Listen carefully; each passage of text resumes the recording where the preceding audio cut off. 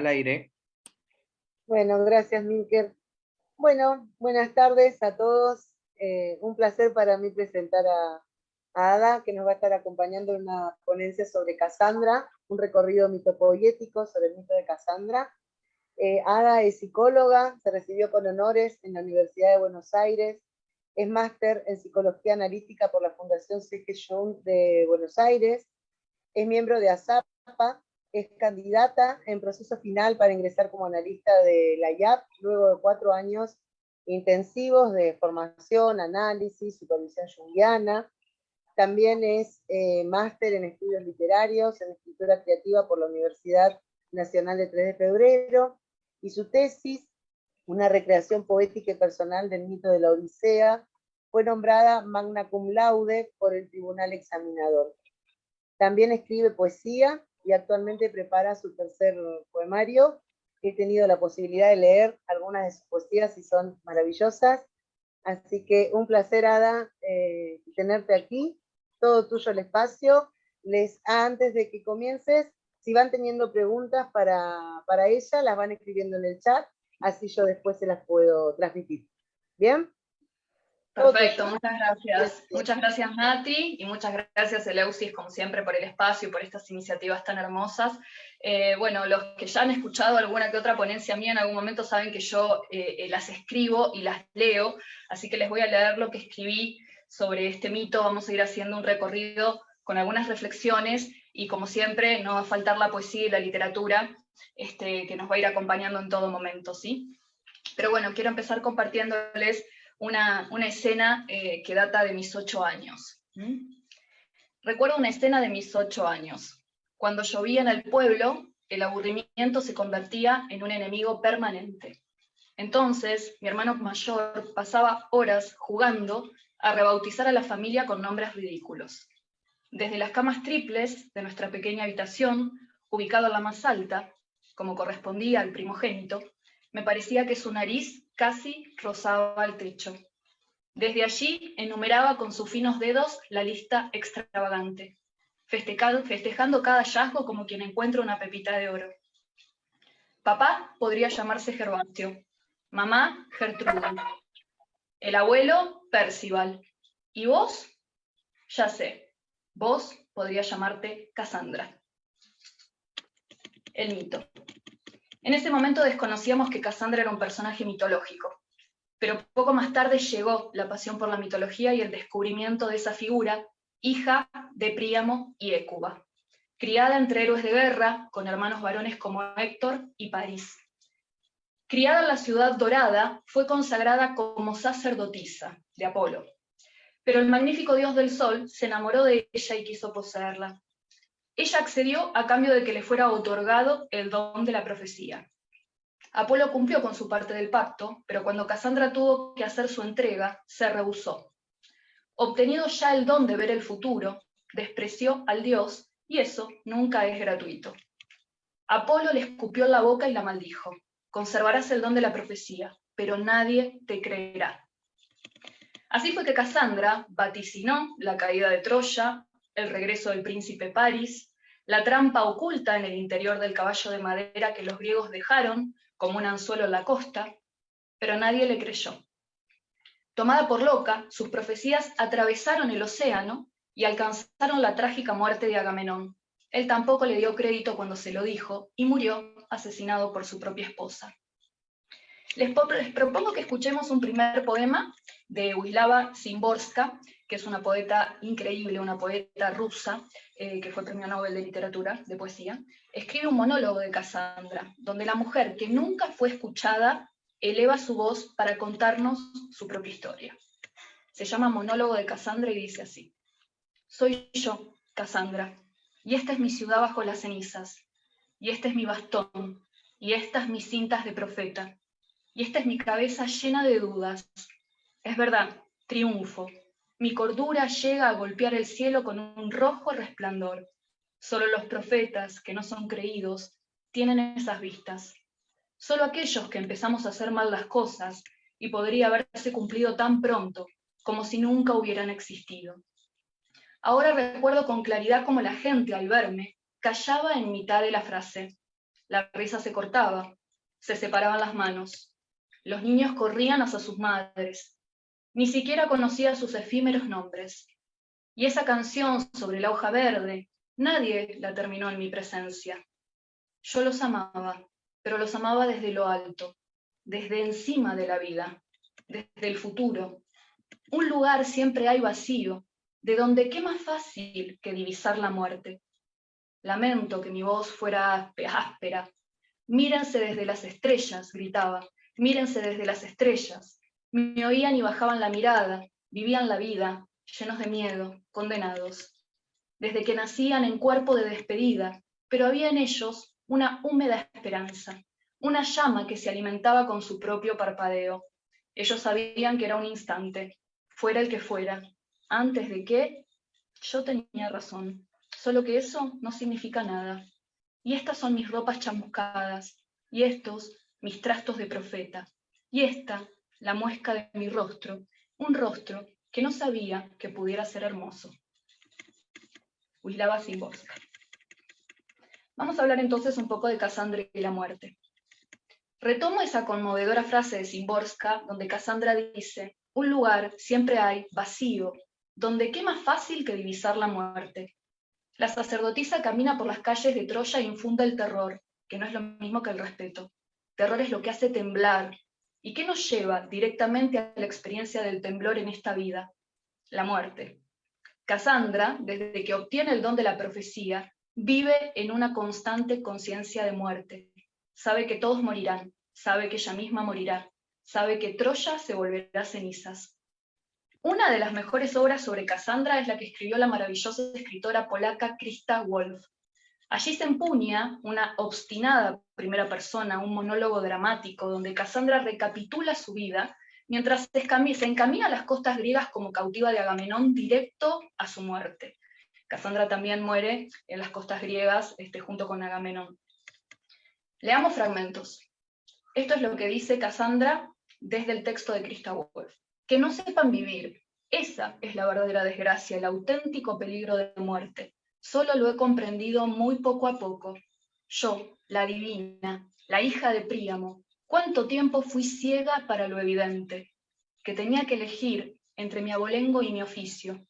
¿Cuánto tiempo estuve llena de miedo ante el horror que yo, si era imparcial, tenía que despertar entre mis gentes?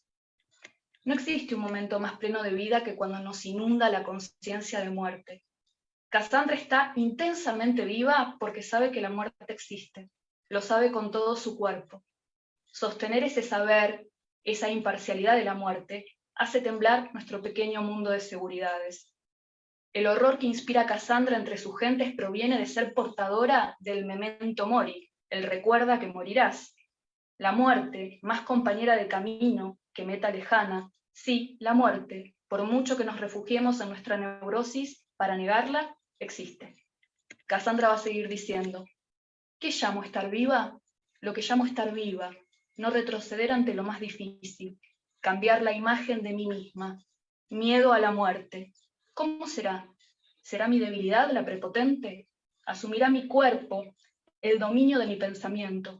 Ocupará sencillamente el miedo a la muerte con un poderoso empuje todas las posiciones que he arrebatado a mi ignorancia, mi comodidad, mi altivez, mi cobardía, pereza, vergüenza. Acabará con todo. Conseguirá arrastrar hasta el propósito para el que, en mi camino hacia aquí, busqué y encontré la fórmula. No quiero perder la conciencia hasta el final. Casandra es testimonio y testigo de la muerte.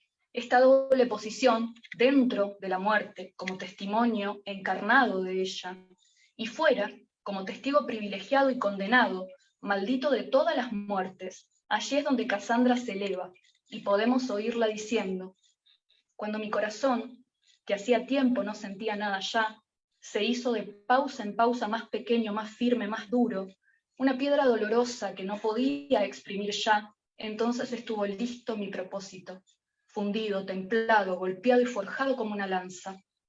Seguiré siendo testigo, aun cuando no haya un solo ser humano que pida mi testimonio.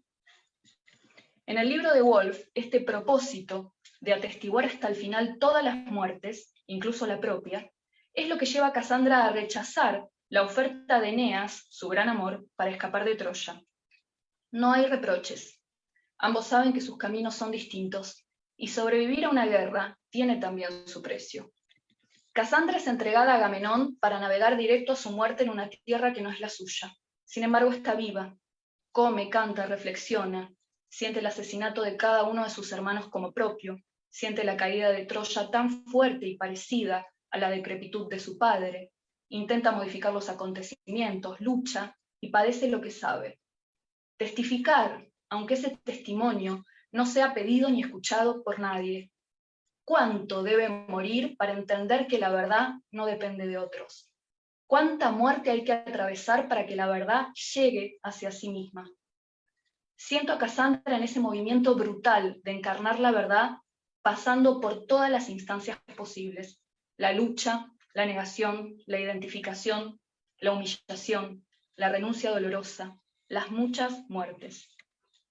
Y les voy a leer un fragmento ahora de una poeta, una voz fundamental de la poesía escandinava que se llama Inger Christensen. Es un fragmento de un poema donde para mí trabaja sobre todo esta conciencia de muerte que nos trae Casandra. Así quiero vivir, con mi pequeño y grato período de semi-desintegración en el interior de mi corazón. Así quiero morir. Me he enterado de que voy a morir, me dije a mí misma. Que voy a morir, lo he dicho. Y he dado las gracias por la pena, por el olvido. Hecho, me dije, a mí misma. Piensa como un pájaro que construye su nido. Piensa como una nube, como las raíces del abedul enano. Piensa como piensa una hoja. Un árbol, como piensa la sombra y la luz. Como piensa la resplandeciente corteza. Como las crisálidas debajo de la corteza piensan, como los líquenes, sobre una piedra y un poco de madera podrida. Piensan como piensa la letrescua María, como la brumosa planicie boscosa. Me parece un poema bellísimo que habla de ese momento en el que tomamos plena conciencia de la existencia de la muerte en todas sus formas. Vamos a hablar ahora un poco sobre otro aspecto del mito de Casandra, que es este famoso don de la profecía que le es otorgado por Apolo. Y vamos a empezar con una pregunta que aparece apenas pasadas unas páginas del libro de Christa Wolf, que Casandra se hace a sí misma, y dice: ¿por qué quise sin falta el don de la profecía? Y se responde a sí misma: hablar con mi propia voz, lo máximo, no quise más, ninguna otra cosa. En caso necesario podría demostrarlo, pero ¿a quién? Un motivo para reírme, si lo hubiera todavía, que mi tendencia a justificarme hubiera acabado poco antes que yo misma. Me resulta curioso que ella, que quería hablar con voz propia, deseara más que nada el don de la profecía. En los dones habita el dios, el daimon. En la profecía son los dioses, en este caso Apolo, quien habla a través nuestro. En esa contradicción anida el asunto. El don era la negación de su deseo. Para tener la profecía, debía dejarse tomar por una voz otra, la de Apolo. Aquí viene a cuento la escena donde Apolo pide como intercambio por el don un encuentro carnal. Quiere poseer a Casandra, pero ella se niega. Y allí acontece la maldición. Y Casandra lo describe así: Apolo, el dios de los adivinos, que sabía lo que yo deseaba ardientemente, el don de la profecía, que me otorgó con un gesto en realidad casual, no me atreví a sentirlo, decepcionante, solo para acercarse luego a mí como hombre, transformándose para ello, creo que a causa de mi espantoso terror, en un lobo, que estaba rodeado de ratones y me escupió furioso en la boca al no poder forzarme. De esta forma que al despertarme asustada, sentí en la boca un gusto indeciblemente repulsivo. Si leyéramos esta escena desde la perspectiva de género, veríamos allí la repetida y doliente situación que hemos vivido las mujeres al rechazar a un hombre poderoso, que ofrece sus dádivas a cambio de poseer un cuerpo. Si osábamos y lográbamos rechazarlo, éramos malditas, locas o miserables, igual que Casandra. Sin embargo, me interesa ir al trasfondo simbólico de este momento del mito, donde se despliega la contradicción. Casandra desea algo y no parece saber realmente lo que implica. Lo anhela ardientemente, lo convoca, pero cuando lo tiene, no puede tomarlo o dejarse tomar por ello. Dejarse tomar por Apolo en términos simbólicos es permitir que sea el daimon quien hable. es pagar el precio del don que le estaba siendo otorgado, incluso a costas de sí misma. La decisión interna de la propia Casandra se refleja luego en la situación totalmente ambivalente de ser profetisa, pero no resultar creíble, de anunciar catástrofes que nadie toma en serio, pero a fin de cuentas suceden. Esta situación de contradicción interna se retrata maravillosamente en el mito, y vamos a poner sobre la mesa un sueño que Christa Wolf pone en la psique de Casandra. El sueño es así. Iba sola por una ciudad que no conocía, no era Troya, pero Troya era la única ciudad que yo había visto antes. Mi ciudad soñada era mayor, más extensa. Sabía que era de noche, pero la luna y el sol estaban en el cielo al mismo tiempo y se disputaban el dominio. A mí me habían nombrado árbitro, no se decía por quién, sobre cuál de los astros del cielo brillaba más. Había algo equivocado en aquella competición, pero por mucho que me esforzara no podía averiguar qué, hasta que descorazonada y deprimida, dije a todo el mundo lo que sabía y que todo el mundo podía ver que el sol brillaba más. «Febo Apolo», exclamé triunfante, y al mismo tiempo, para espanto mío, Selene, la querida señora de la luna, se hundió en el horizonte lastimera. Aquello era un juicio sobre mí, pero ¿cómo podía ser culpable si solo había dicho la verdad? Que el sol y la luna estén juntos en el mismo momento parece una contradicción, así como lo es que sea de noche, pero el sol brille más, y así como lo es que se tenga el don de la verdad absoluta, pero nadie nos crea. Podemos decir mucho de este sueño, pero me interesa recortar la intervención de Arisbe, un personaje del libro que acompañó a Casandra en momentos muy claves. Ella le dijo a la joven troyana que el problema del sueño era su excesiva preocupación por buscar una respuesta a una pregunta totalmente equivocada. Así es, una respuesta a una pregunta equivocada. Y podemos preguntarnos también cuál es esa pregunta. ¿Cuál de los astros brilla más? ¿O por qué soy culpable si solo digo la verdad? Ambas preguntas son equivocadas. La primera porque implica poner en competencia dominios y lógicas distintas. La segunda porque decir la verdad no tiene por qué tener por consecuencia forzada no ser culpable. Y tal vez la única pregunta que merecía una genuina respuesta de parte de Casandra es la que encabeza este apartado. ¿Por qué quise sin falta el don de la profecía? Esa respuesta, como una herida surcando, podría ser paradójicamente capaz de cerrar la escisión de Casandra y ponerla a la altura de su propia posición. Ahora vamos a hablar un poco de otra arista del mito, que es la posición de Casandra en relación a todos los hombres que la rodean, particularmente de su padre. La hija del padre se llama este apartado. Quisiera abordar otra complejidad del mito de Casandra, y es su intrincada relación con el mundo de los hombres. Etimológicamente, el nombre de nuestra protagonista significa la hermana de los hombres o la que enreda a los hombres. La descendencia de Hécuba y Príamo fue numerosa. Entre sus hijos figuran Héctor, Paris, Troilo, Heleno y por supuesto Casandra. Apolodoro les atribuye 14 hijos y Eurípides más de 50.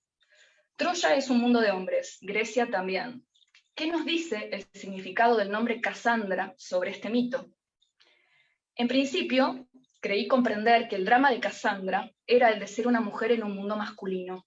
Es decir, ¿cómo puede una mujer validar su propia voz en un universo donde las voces apartadas, aceptadas, son las de los hombres? El don de la profecía y su ardiente deseo por él me parecían un anhelo compensatorio de quien desea ser reconocida por sobre todas las cosas. Que el saber representado por una mujer fuera tildado de locura, distorsión, pérdida de juicio no me sorprendía. Sin embargo, si le hacemos justicia al mito, el descreimiento del saber de Casandra viene luego de la maldición propinada por Apolo y no antes. Porque Casandra, sobre todo, era hija de su padre Príamo, la favorita. Así lo cuenta Christa Wolf, y más allá de su rigor histórico, me parece de sumo interés imaginar una Casandra que, lejos de ser apartada por el mundo masculino, habitaba en él, apoyándose en las rodillas de su padre y escuchando sus debates políticos. La que realmente mandaba, sentada en su mégaron, era Hécuba, la fría Hécuba, que hacía lo que debía hacerse, que miraba con sus ojos penetrantes todo lo que le rodeaba, y solo la guerra, la larga guerra, logró marchitarla como una pequeña hoja del otoño.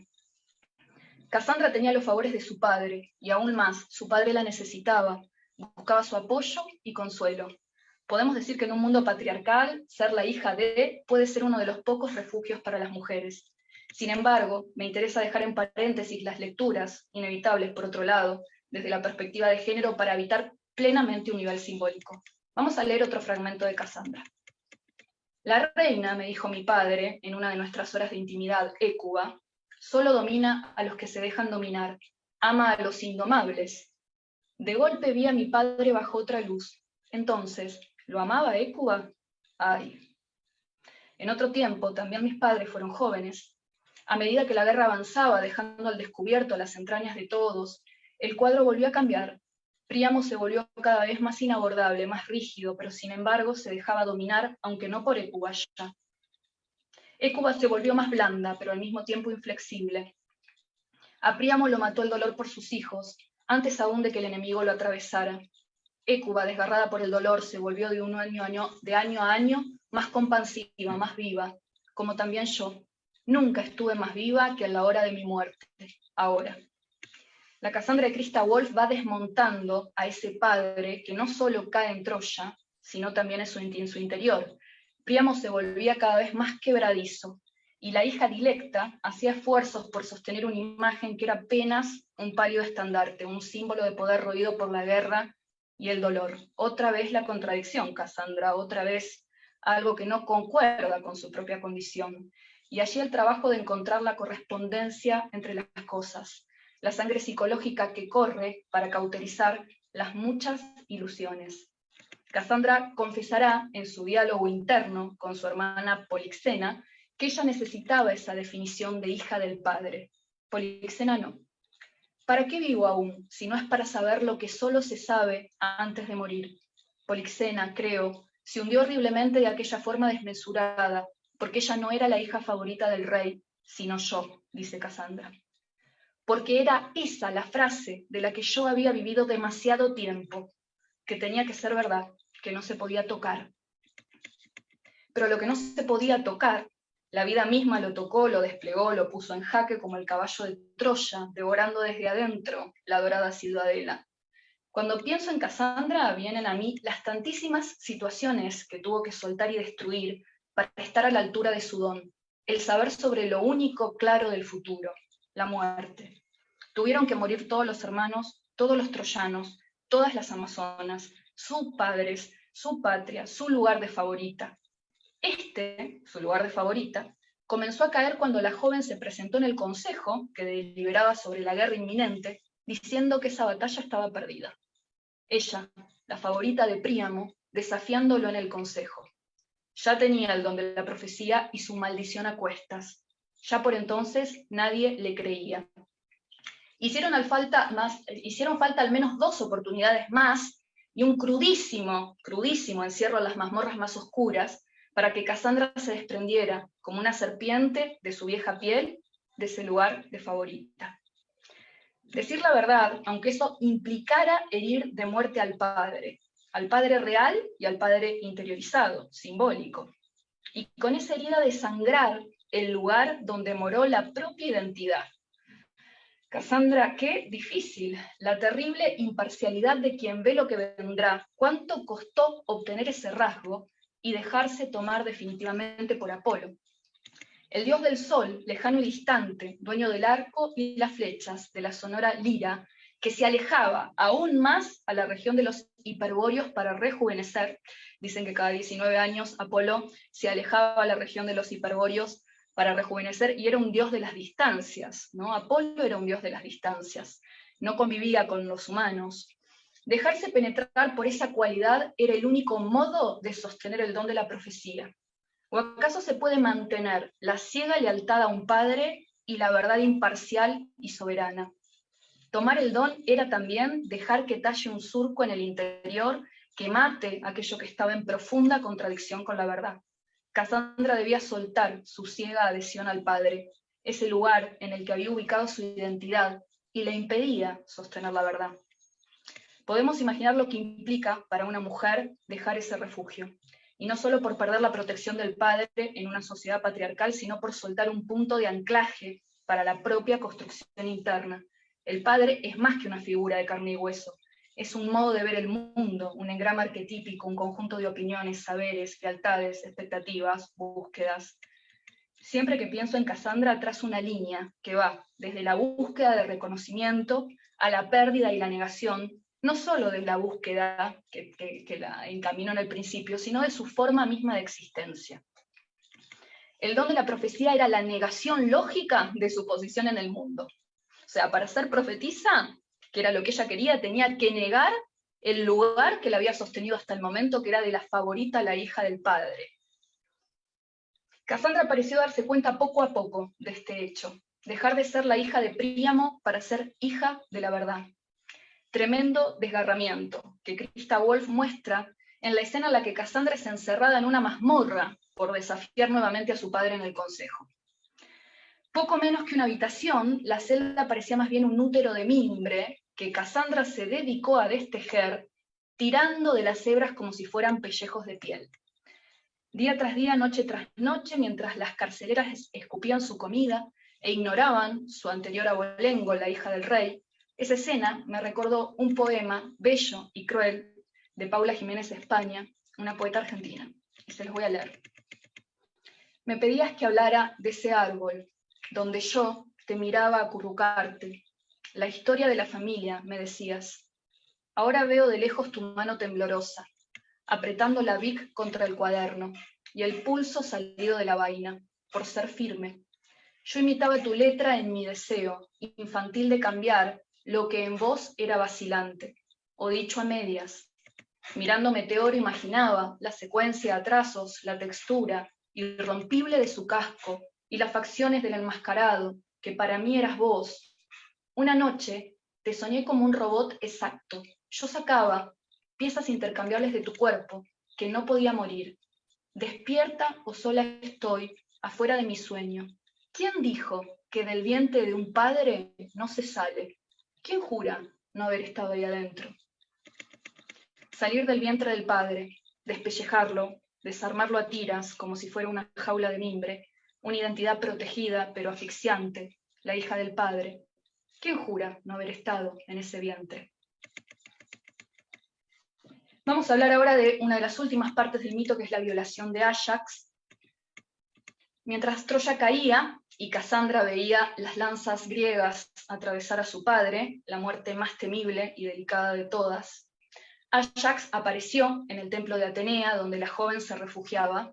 Allí, frente a la estatua de la diosa virgen, la violó despiadadamente.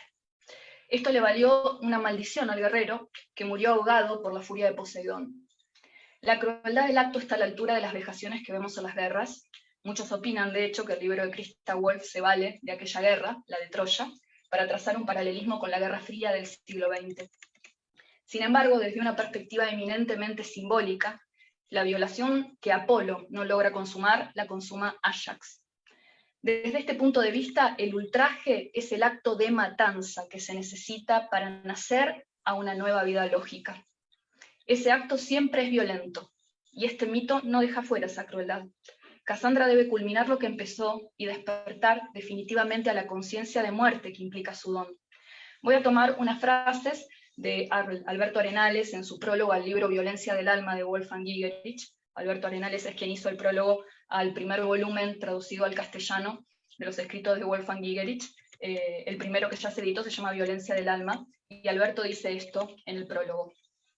Tomando algunos ejemplos de los cuentos de hadas como Barbazul, la novia del bandolero, u otras historias como El demonio de Asmodeo, examinados aquí desde una perspectiva de la interioridad, revelan que el asesinato, la crueldad y la violencia que muestran no son actos externos que, viniendo de fuera del personaje femenino, amenazan al ánima, sino que están en la propia profundidad lógica del mismo personaje femenino, es decir, son sus propias contrapartes sisigiales internas. El ánimus no es un ser, ni un ente, ni una parte masculina contrapuesta a la femenina, ni un perpetrador contra la víctima, tampoco el frío avance de la razón que atenta contra el corazón. El ánimus no tiene existencia separada del ánima, sino que existe solo como el hiriente darse cuenta de que es ella misma un proceso viviente y que mediante esas terribles y violentas imágenes se niega a sí misma, se autolesiona, despojándose de su imaginal inocencia para reconocerse tal como es, en su propia naturaleza urobórica, sisigial, es decir, anímica, vida lógica. Desde esta mirada, Ajax no es un agente externo que viene a violar a Cassandra, sino que es un aspecto de la propia Cassandra, que genera ese lacerante proceso de reflexión y conciencia que hace que la verdad retorne a sí misma. Este proceso bien puede ser simbolizado como una terrible violación. Cuando el rayo de la verdad nos alcanza, la forma de lógica vigente hasta el momento lo experimenta como una brutal irrupción en su recinto. De algún modo todos lo hemos sentido alguna vez. La verdad nunca nos deja intocados, más bien nos penetra. Y quien busca la verdad corre el riesgo de encontrarla, dice la frase de Manuel Vincent. En el primer momento la joven no estaba preparada para esa toma de conciencia. Eso le valió la maldición de Apolo y el estado de disociación entre la verdad y su renegación permanente. Fueron numerosas las matanzas que Cassandra tuvo que atestiguar en carne propia y ajena, si es que vale esa diferencia, para que esa verdad se abriera paso en ella. Pero, ¿acaso existe algún nacimiento sin dolor? Y vamos a hablar del último núcleo temático que creo que trabaja este mito, además de este lugar de la hija del padre, de esta gran contradicción que habita en Cassandra.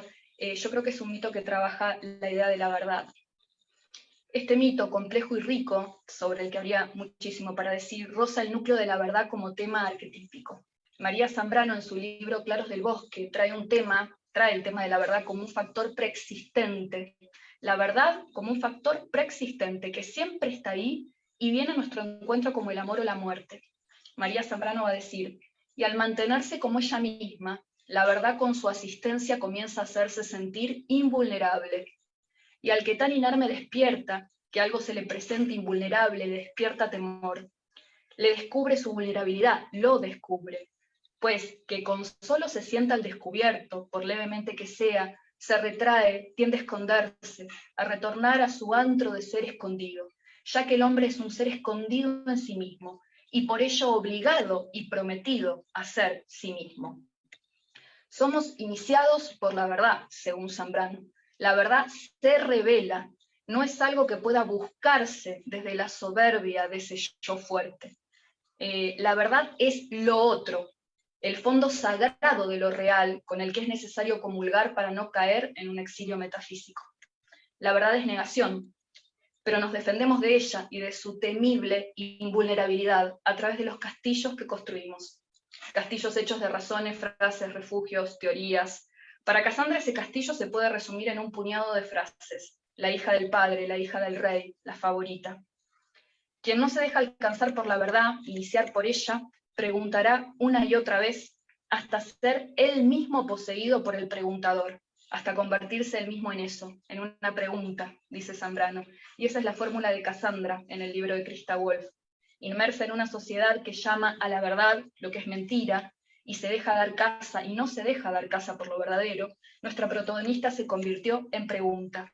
Fue pregunta hasta verse al descubierto, ya sin necesidad de agradar, de usar títulos o renombres, de convencerse o ser validada por los demás. Y Cassandra dice así, y apenas había nacido, apenas despertado, la verdad tan solo se da sin temor y con temor a la vez, con temor siempre. El que se queda palpitante, inerme ante ella, y al encontrarse así con ella ya no teme, pues que no está ante ella, va con ella, la sigue a la verdad, que es lo que ella pide. Y Cassandra sigue a la verdad que conduce a la muerte, pero sin dudas nunca estuvo más viva. Y les voy a compartir algunas poéticas posibles.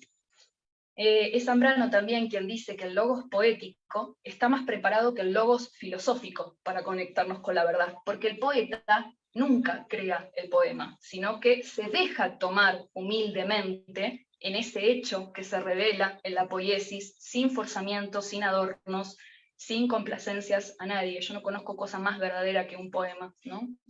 Ya decía William Blake en sus Proverbios del Infierno que la verdad no puede ser dicha de modo que sea comprendida, pero no creída. La verdad siempre procura una transformación interior, no es nunca una captación intelectual. Nunca es una manifestación de hechos, ni tampoco un armado yoico para convertir en los escenarios de la vida.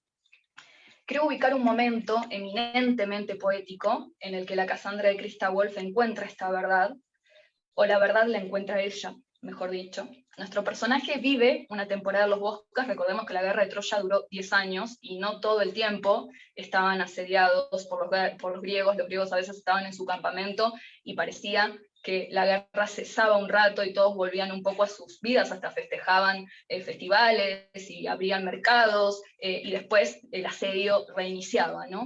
Durante un tiempo de tregua, podríamos decir, nuestro personaje, que es Cassandra, vive en los bosques, en las cuevas, la acompañan algunas mujeres, su amado Eneas, Arisbe y el sabio Anquises.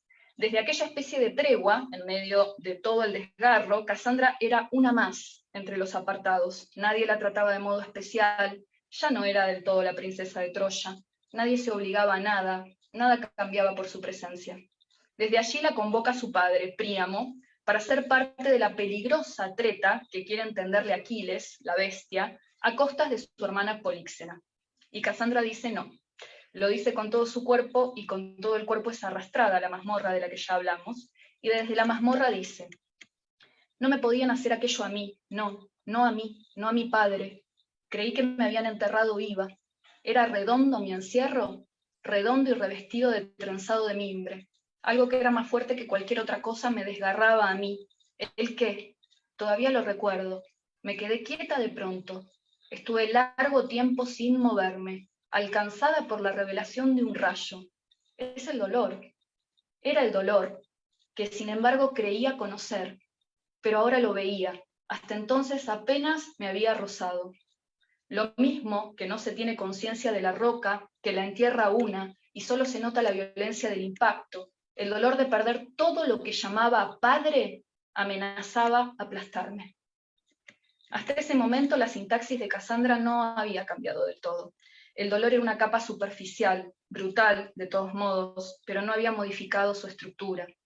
Ahora, padre estaba muriendo, estaba perdiéndose en aquel encierro comandado por Príamo, porque todo aquello que parecía imposible le estaba sucediendo a ella, la favorita. Esa caída, ese asesinato interior, es de un dolor indescriptible. ¿Quién somos cuando lo que creímos ser se pulveriza porque la verdad, por fin, nos alcanza? Lo otro se realiza en nosotros y ya nada queda igual. El siguiente encuentro con Príamo nos muestra una Cassandra totalmente distinta. Su padre le pidió que se casara con Eurípilo, un posible aliado para Troya. Cassandra respondió: ¿por qué no? Pero no había heroicidad ni lealtad a su padre en la respuesta. Su padre lloró. Ella reconoció que lo prefería furioso. Eso fue todo. Cassandra sintió que se producía un silencio a su alrededor, donde finalmente su voz encajaba. Ya en las últimas páginas, y después del intento de impedir que se ingresara el letal caballo de madera a la ciudad de Troya, Cassandra nos va a decir: ahora entendía lo que el Dios dispuso. Dirás la verdad, pero nadie te creerá. Aquí estaba aquel nadie que hubiera tenido que creerme, que no podía hacerlo porque no creía en nadie, en nada. Un nadie que no era capaz de creer. La contradicción hecha reflexión. La reflexión llegando hacia sí misma. El dolor y la verdad hechas carne. Voy a cerrar leyendo un pequeñísimo fragmento de una novela que estoy escribiendo que se llama Katiusha, que es en honor a la pequeña niña que cantaba en el Ejército Rojo. Y en este fragmento Katiusha le habla a su padre, y a veces pienso que bien podría ser Cassandra hablándole a Príamo. Y dice así: había que disimular, por eso me lanzabas la pelota como si fuera un niño. Acertijos de matemática, la lógica escondida de tus cejas. Yo te obedecía como un soldado ruso seco y preparado para el vodka. Yo te quería como quien consuma un hecho.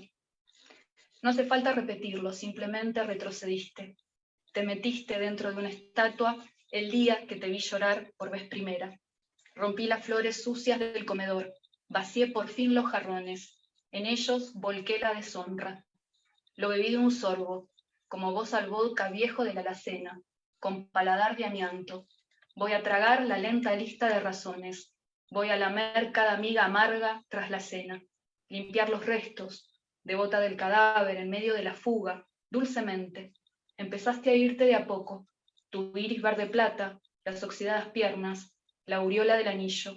Solo quedó tu voz, larvada y sostenida, estrangulando mis pensamientos. La voy a tragar, como si fuera vodka áspero y filoso, hasta la última boca. Y ahí terminó toda mi larga reflexión sobre Cassandra. Quiero agradecer mucho, antes de pasar por ahí a dialogar un ratito, a Alejandro Chavarría, con quien tuve, digamos, algunas breves conversaciones sobre este mito y me ayudó a reflexionarlo. Quiero agradecerle mucho a Alejandro Vica, que hizo traducciones al castellano de Wolfgang Gigerich, a Alberto Arenales, que me prestó esa parte del prólogo, y a Eleusis, por supuesto, por invitarme y permitirme expresarme tan libremente. Bien, gracias, Ada, maravilloso, maravilloso recorrido. A ver ahora si hay acá preguntas. Preguntas no había, habían preguntado por una de las autoras que nombraste, pero ya le respondieron. Excelente, excelente. Toda, dice acá, impecable y visceral tu ponencia. Sí, es un personaje que despierta mucha cosa visceral, Cassandra, sin dudas. Y les recomiendo mucho que lean el libro de Christa Wolf. Le quiero agradecer también mucho a Ricardo Carretero, que es profesor en el EUSIS, que él me hizo conocer a Christa Wolf. Christa Wolf, además de este monólogo dramático en primera persona de Cassandra, tiene otro sobre Medea, y les recomiendo muchísimo a esta autora escandinava, polaca, perdón, Cassandra es polaca. Christa Wolf es polaca. Bueno, preguntas por ahora acá en el chat no hay. No sé si alguien quiere abrir el micrófono para hacerle algún comentario directo a Ada. Pueden hacerlo.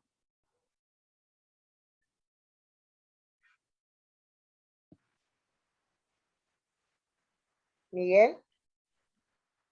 Dale, adelante.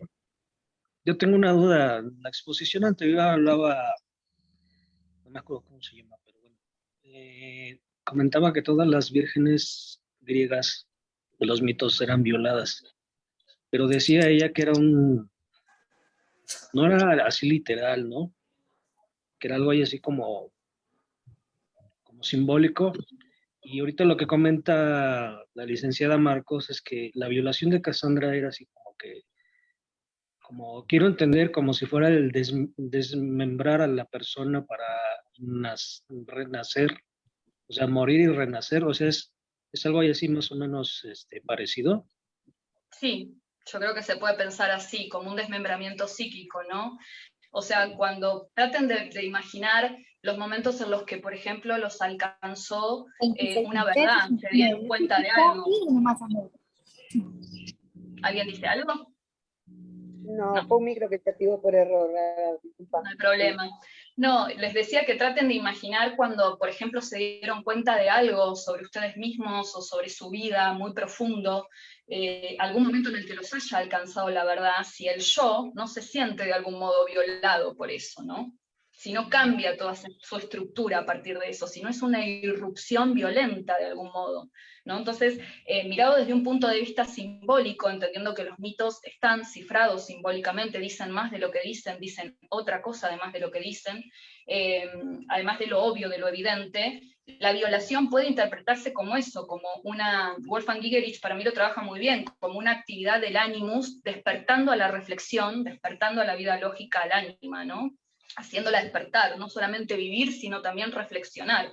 Y la violación de Ajax, yo charlaba un poco con Alejandro Chavarría y él me decía, bueno, Ajax justamente uno de sus símbolos es el águila, que también es un símbolo de Apolo, ¿no? Esto pone en relación un poco a Apolo con Ajax, y pareciera que lo que con Apolo no termina de ocurrir, que es que realmente ella pueda ser penetrada completamente por ese don, que es un don, el don de la profecía es un don que requiere un nivel de imparcialidad enorme, que solo le podía otorgar este Dios, es otorgado después, o es culminado, digamos, por Ajax, ¿no? Pero ahí lo tenemos que pensar como si Ajax no fuera un personaje externo, sino como si fuese un aspecto psíquico de la propia protagonista, que viene, digamos, a traer este elemento de lacerante darse cuenta, de lacerante reflexión, de desmembramiento, como dijiste vos, Miguel, de despellejamiento, ¿no? Que la abre a una nueva realidad. ¿Y por qué? O sea, mi pregunta más que nada es esa, bueno, hablamos de un desmembramiento en general, ¿no? Para un renacer, dicen que aquí hay que morir, pero morir bien aquí, no hay términos medios, para realmente lograr un cambio, ¿no? Para trascender a ese encuentro entre la conciencia y la inconsciencia, como decía el maestro Jung. Pero ¿por qué precisamente en la mujer se habla de una violación y no de un desmembramiento? Es algo que me llama a mí curiosidad, ¿no? Porque como bien dice, o sea, todas las vírgenes de Grecia fueron violadas. ¿Y por qué no hablar de un desmembramiento en lugar de la violación? O sea, ¿por qué será ese cambio o ese aspecto en la energía femenina, por decirlo así? Sí, me parece que es un punto interesante. Yo creo, no sé, lo tendría que reflexionar más. Dicho así, como abuelo de pájaro, me parece que también ahí hay algo más cultural, ¿no? Me parece que la experiencia ahí también es difícil un poco porque implica asociar directamente femenino con mujer, pero los personajes femeninos o las mujeres dentro de las historias, dentro de toda la historia de la humanidad, ¿no? La violación ha sido un elemento real dentro de la historia de las mujeres, ¿no? Y pareciera que a nivel simbólico, eso que también fue real, sirve para expresar también un proceso psicológico, ¿no? O sea, en la mujer sería algo así como más trascendente, una violación a un desmembramiento, hablando ya de un renacer, un llegar Yo hasta no el me fondo. atrevería a decir tal cosa, yo creo que la violación se vive como un desmembramiento, pero no me parece que tengamos que pensar en una violación física, me parece que acá a nivel simbólico estamos pensando en una violación psíquica, en un Ajá. principio que viene, penetra, hiende, ¿no? Y fecunda, de algún modo, eso que estaba ahí lo hace ser completamente distinto, lo No, y rompe, aparte, ¿no? bueno, la penetración vendría siendo el inconsciente que lleva entrando a la conciencia poco a poco, por decirlo así, ¿no? De manera Sí, sí, simbólica.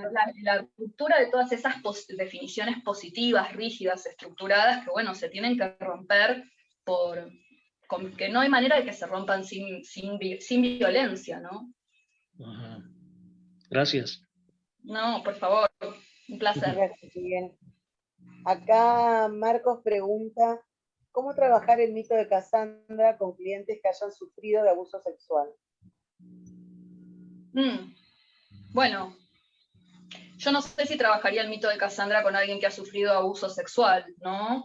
Si la paciente lo trae, o sí, por supuesto, ¿no?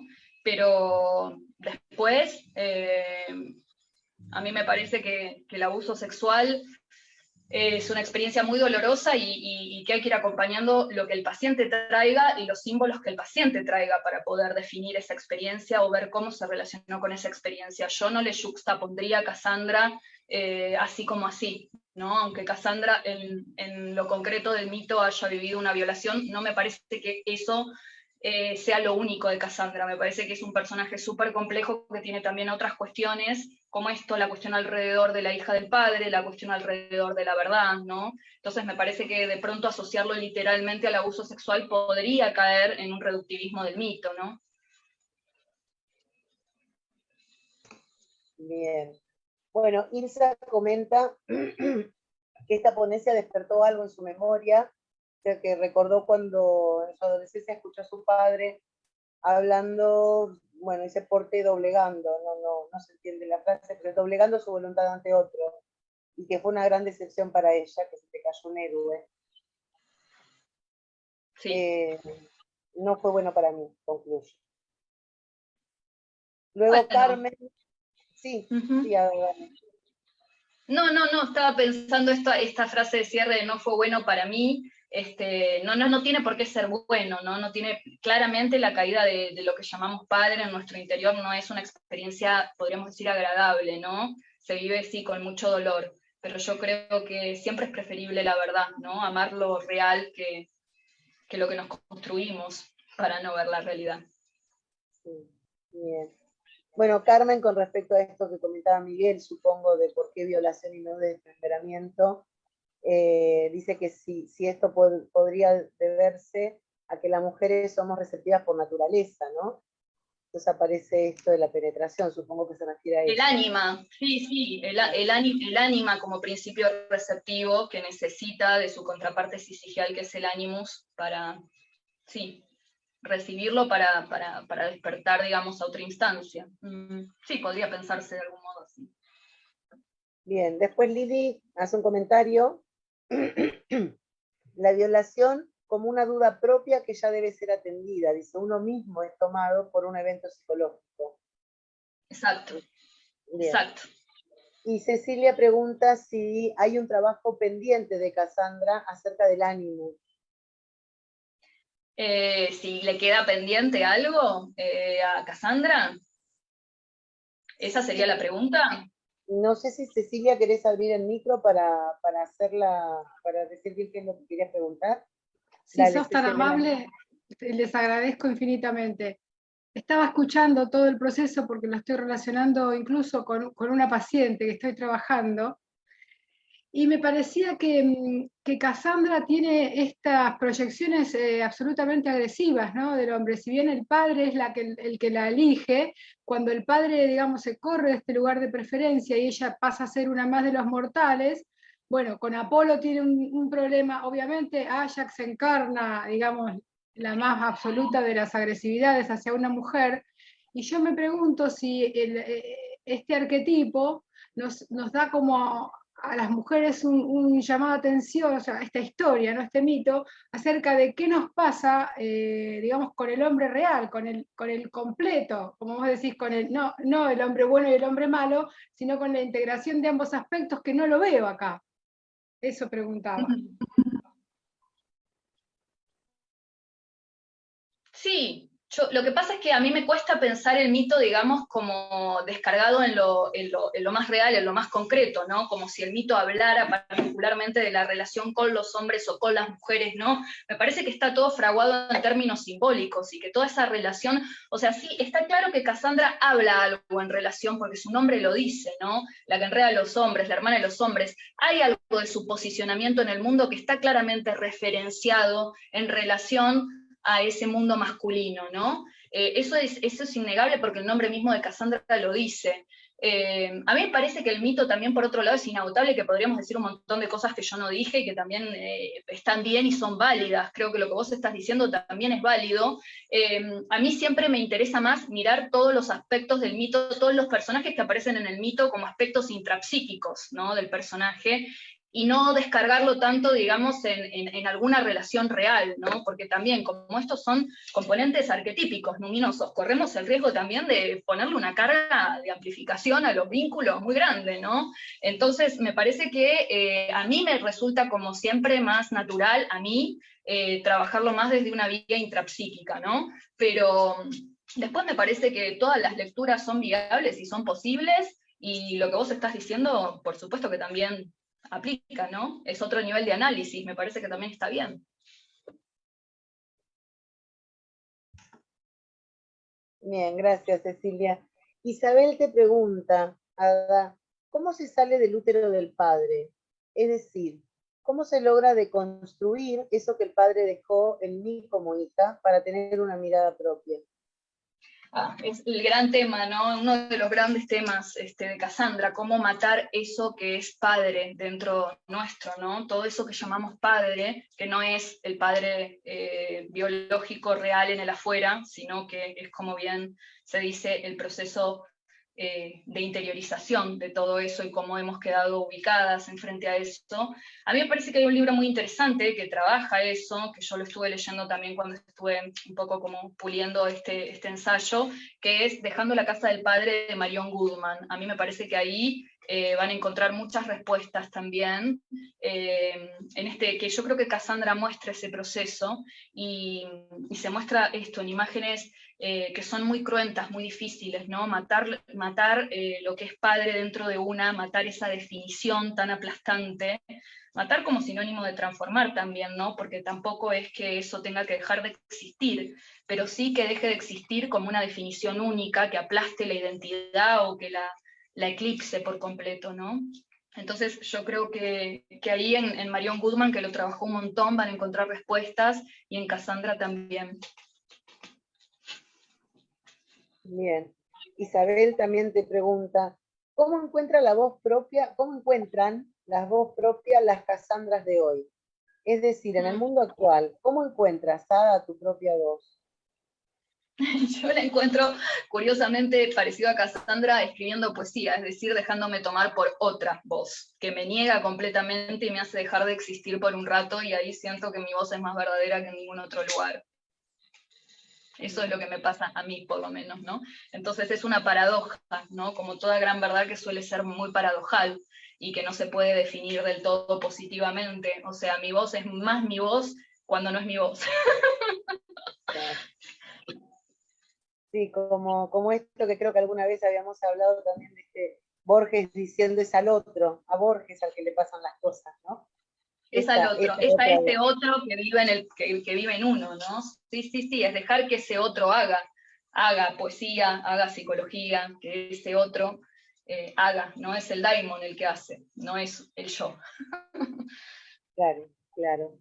Y ese es el que penetra, ¿no? También acá Miguel pregunta si la violación, en términos generales, aparece como un arquetipo.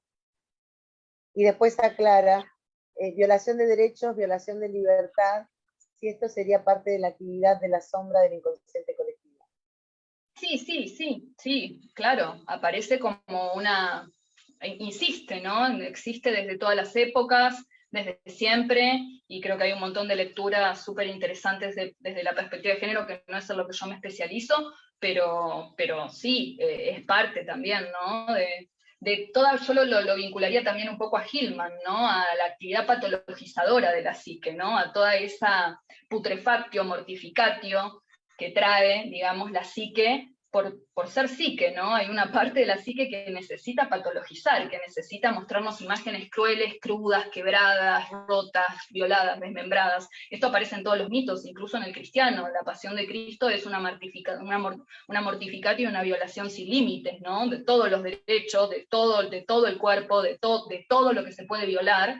Y bueno, pareciera que además es el mito fundante de Occidente, ¿no? O sea, es un mito preponderante en Occidente, o sea, hay una necesidad de eso, ¿no? Que es propia de lo psíquico. Que eso no justifica nada, ¿no? En lo real, o sea, no justifica absolutamente nada, pero sí explica la insistencia simbólica de ciertas imágenes que, por otro lado, para el yo, son absolutamente repelentes, repulsivas, ¿no? Pero sin embargo existen, y existieron siempre. Sí. Te piden si podés repetir el nombre del libro de Marion Goodman. Sí, tiene dos traducciones, es Dejando la casa del padre, y si no, también se tradujo como Abandonando la casa del padre. En Amazon, por ejemplo, lo encuentran. En Argentina a mí me costó un montón encontrarlo, pero ahora que estoy en Madrid lo encontré, por ejemplo, en Amazon, ¿no? Y nada, está como Abandonando la casa del padre, acá. Bueno, acá en el chat no hay más preguntas. No sé si alguien quiere abrir el micro para hacer algún comentario o en el chat también.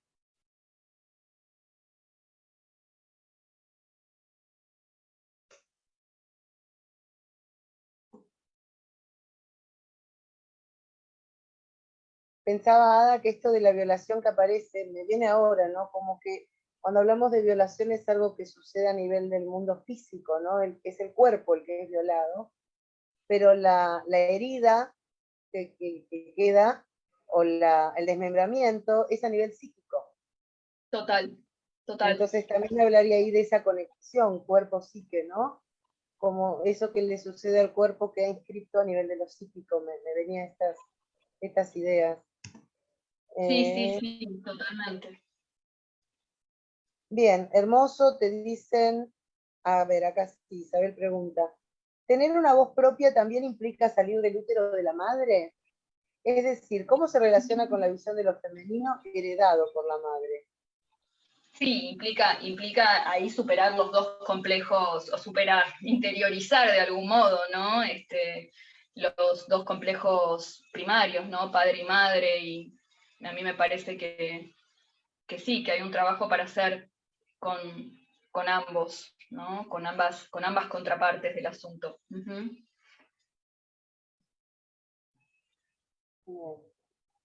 Bueno, acá en el chat no tengo más comentarios o preguntas. Ahora no sé si vos querés hacer alguna reflexión más, o si alguien quiere abrir el micro, si se animan.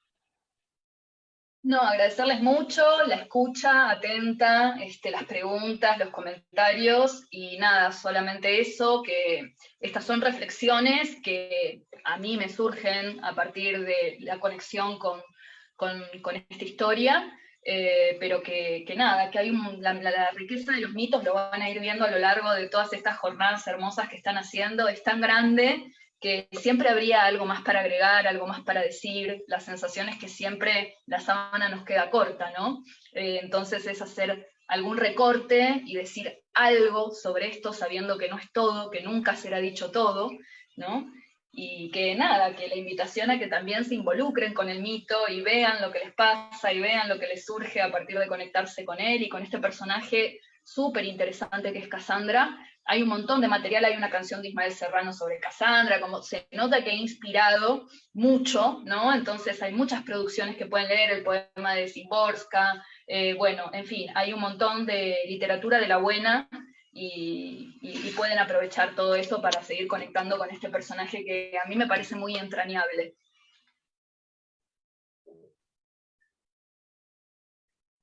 Gracias, te dicen que las inspirás. Muchas gracias. Muchas gracias, qué hermosos todos. Muchas gracias, gracias. Gracias por estar acá y muchas gracias. Muchas gracias. Bien, te pregunta Antonia, Ada, antes de que te vayas, ¿dónde te podemos seguir?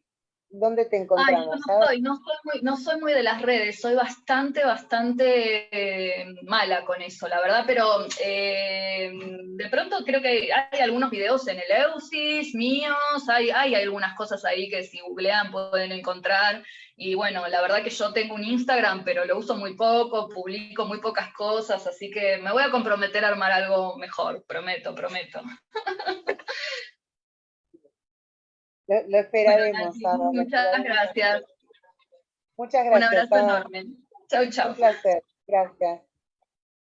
Bueno, gente, yo ahora voy a ir deteniendo la transmisión de Facebook y en 1 horita y media nos volvemos a encontrar para la próxima ponencia. ¿Bien?